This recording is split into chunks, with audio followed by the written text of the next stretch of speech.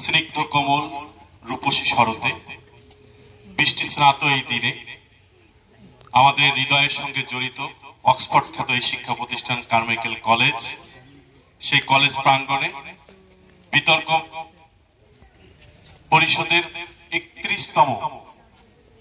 বর্ষপূর্তি উপলক্ষে আয়োজিত আজকের এই অনুষ্ঠানের শ্রদ্ধাভাজন সম্মানিত সভাপতি,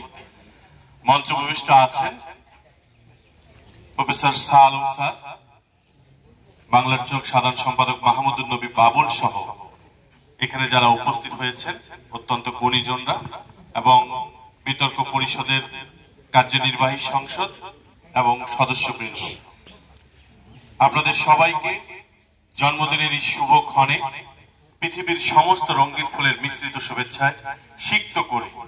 আমি আমার কথা শেষ করছি। আপনারা সবাই ভালো থাকবেন, সুস্থ থাকবেন,